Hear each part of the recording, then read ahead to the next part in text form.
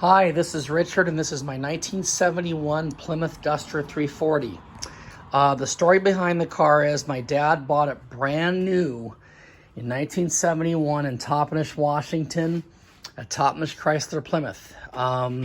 As you can see, it has the 340 engine in it. It has been rebuilt at one time or another. We'll get into that later. So my dad bought the car new in 1971. Drove it until I think around 1976 when him and my mother bought a brand new Pontiac Grand Le Mans, and I believe they sold the car to my dad's brother Steve, who was in the Air Force at the time, and the car went to Oklahoma for a while, and then my uncle drove it until 1977 when he bought his Chevy Malibu brand new in 1977. After that, my uncle Gordon Evans, who was racing Mopars at the time, got a hold of it. He went back to Oklahoma, fixed a minor problem with the car, and drove it back in 1977 or 78. And he started to restore the car, took it all apart, had it repainted and everything, engine rebuilt, transfer rebuilt, and raced it a couple times and decided not to race it. So then it sat for about 20 years. And then after my dad passed away in the 90s, I was able to get a hold of the car, and the car's been in the family ever since. It turned 50 years old this year. It's not perfect by any means, but it's a fun car to drive. This is the 340 engine, as you know, you Mopar guys know. This engine is very reliable, a lot of power. It was put in about 270 horse new. It's been rebuilt. I don't know the specifications of the rebuild. It was done during the late 1970s, although it does have a Chrysler purple can from what I was told by my uncle before he passed away. And it's probably pushing closer to 300 horse now. It's not perfect. It could use a few things, but I like it. It drives good. I mean, it does need some front end work, but I added the Mopar valve covers to it, as you can see. The air cleaner's been chromed at one time. Originally, the car had power steering, but at one time I had headers, and the headers wouldn't clear the power steering, so the power steering was taken out and manual steering was put in. I wish that was not the case. I wish it still had power steering, but I may add that later or fix this box. It is getting a little worn out. There's a 340 sticker, as you can see. I put that on a few years ago. The original one was long gone. Still has the original washer fluid bottle in it. Does work. I'll tell you about that here in a little bit. It was converted to an electronic ignition at one point or another, which is a lot more reliable. Has manual brakes as well, no power brakes, and they're front drum brakes. Power disc was available in these years. I think in power drum, I'm not sure exactly, but there it is. Has the big radiator. You can see the big 340s came with a bigger radiator, which is good to have, although it probably needs cleaned out by now. Originally, the engine was orange, and it was painted black for some reason. I wish it was still orange, but work on that some other time. Still has the original fender tag that's been chromed. It's not perfect by any means, but it's fun to drive. And here in a second, I'll fire it up. So I'm going to go inside the car and start it up. It's been sitting for about a week or so. We have to pump the gas a little bit to get it started. There's the interior of the car. It's a little dirty right now. And the interior's been redone. Originally had a bench seat, but at one point in time, bucket seats were added in place of the bench. I don't know. I kind of wish for the bench seat. That 70s interior. It needs redone eventually, but it's not bad. Carpet can be redone, but I'll do that later. Here's the inside of it. Here's the instrument cluster. It has a rally cluster. It's column shift, torque flight 727, 3-speed automatic, very reliable. At one point in time, the original radio was changed to an Sears 8-track, and actually it still works. In fact, I've got a few 8-tracks in here, right here, and it actually still works. Kind of neat to throw people off. See that? That's one of many that I have laying around. This is one. This is a really good one right here. Got my fuzzy dice and a tachometer I put in it. This thing must be low geared, because at 70 miles an hour, it's at 3,100 RPM. I have no idea what it has for gears. I'm thinking maybe 391s, 373s, maybe even lower, I'm not sure. There, you guys remember the classic dimmer switch in the floor? It still works. And that right there is the washer fluid pump, and it does work. Electric washers were an option. It has the 150 mile an hour speedometer as part of the rally dash. Does not have the factory tack. A tack was an option.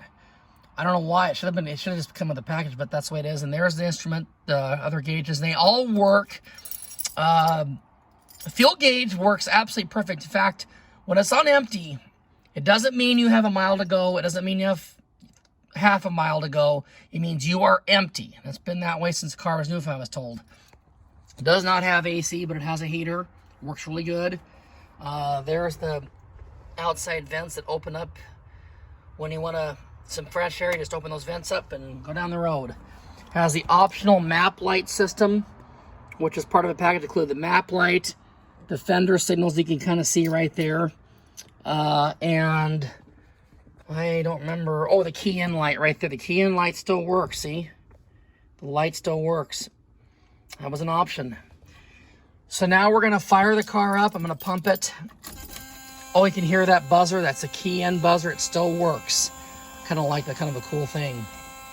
So let's see what happens. Let's pump the gas and try to start it.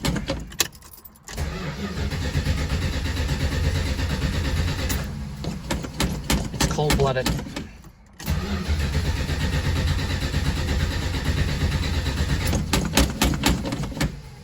You have to pump it quite a bit. We're almost there. It does this after sitting a week or so. It has the original Carter thermal quad. See, it started right up. It has just been recently rebuilt, a lot more pep than it had before. Gauges all come to life. Tachometer works. The radio still works, like I mentioned earlier. It works good. I have the paperwork inside the glove box to prove the original ownership of my dad in 1971. It's still in there. Rev it up a little bit, give it some gas. But this car is actually fun to drive. We'll go out here in a minute and listen to the motor. And that's what the original 340 sounds like. Sounds pretty healthy. It's got, like I said, a mild cam. A little bit of a rumble there. I don't know. Pretty fun to drive. Pretty fun to drive. It's a good old car. Hear it running. I'll walk around it, listen to it. It does tend to puff out a little bit of blue smoke when you start it. I think the rings might be able to get a little tired, but I changed the valve stem seals on it a couple years ago, and it really helped a lot. But there it is, right there. Off the engine here. Here's the 340 right there. More car valve covers, the fan running. The fan shroud broke alongside. I need to get a fan shroud for it. And yeah. Now this has different exhaust manifolds. I think they're off an E-body. Years ago I had to change them because the headers came apart, and I just threw some E-body 340 manifolds just to get the thing running. It's fine. I don't drive it that much. It's not a big deal. You know, I'm not picky about it. It does fine the way it is now. And so there it is. It's the way it sounds. I also put this sticker on. I read the original one is long gone, and a free sticker. It's starting to fade out already. I also put that on there. It looks kind of cool. So there. It sounds good. It's just a fun car to drive. I don't drive it a lot.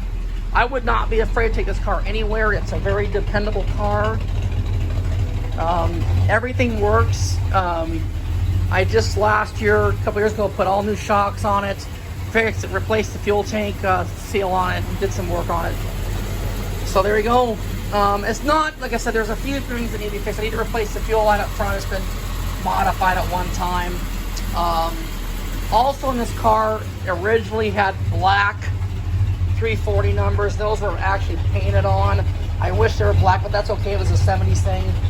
And that Duster was painted at the same time. It's not perfect. It has a small little dent there and some nicks and scratches here and there, but it's still, I get a lot of compliments, and I really thank people for that. It's still a cool looking old car. Horn even works. Has the dual horns. And later we'll take it out for a spin and show everybody how it runs. Yep, pretty fun old car to drive. There's the thermal quad. You can't really see it, but lovely sounding motor to it there. Just a fun car. I was going to mention to you earlier, a few years ago, I added the Chrysler wheels to it. I had Chrysler SSTs on it before, and one of them had developed a crack. So instead of repairing, I just replaced it with the Chrysler SSs. This looks pretty cool in the car. I think this car had Chrysler SSs at one time during the 70s, but for some reason they were replaced with the SSTs. A couple nicks and dings there. Paint's faded a little bit, but still a fun car to drive. It really is exciting. Get on the road and go down, give it some gas and go. Believe it or not, this car actually does pretty relatively good on fuel mileage on the highway. I get almost 16, 17. And if I keep it at 55 on the back roads, I've gotten almost 20 miles a gallon this thing with a built engine, cam, and everything. Can't complain there. I really cannot complain. That's not bad at all. It's pretty fuel efficient. There's the fender signal lights I was talking about earlier. They work. A little bit of wax I got to clean out of there. That 340 sticker I put on, it didn't come on right. I need to replace it eventually, but it still looks pretty cool. Yeah, it's a pretty fun car to drive. It's missing the hood insulation. I believe it had hood insulation at one time. It's gone now. I need to replace it eventually. This car, like I said earlier, it's been in the family for 50 years.